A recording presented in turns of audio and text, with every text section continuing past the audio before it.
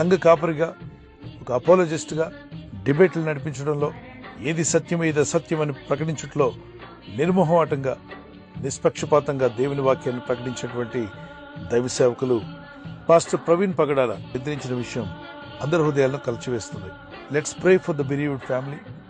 ఈ సంఘటన తెలిసినప్పటి నుండి 2 తెలుగు రాష్ట్రాల్లో సేవకులు కానీ, విశ్వాసులు, ఆత్మీయులందరూ కూడా వారి కుటుంబం కొరకు ప్రార్థన చేస్తున్న, వారి సతీమణి కొరకు, వారి కుమార్తెల కొరకు, వారి సంఘము, వారి పరిచర్య, ప్రతి ఒక్కరూ దయచేసి ప్రార్థనలో పెట్టండి. ప్రార్థిద్దాం. పరిశుద్ధాత్మ యొక్క ఆదరణ, ఓదార్పు ఆ కుటుంబానికి కలగాలని, ఈ దుఃఖ సంఘటన నుండి వారు కోలుకునే విధంగా ప్రార్థన చేద్దాం.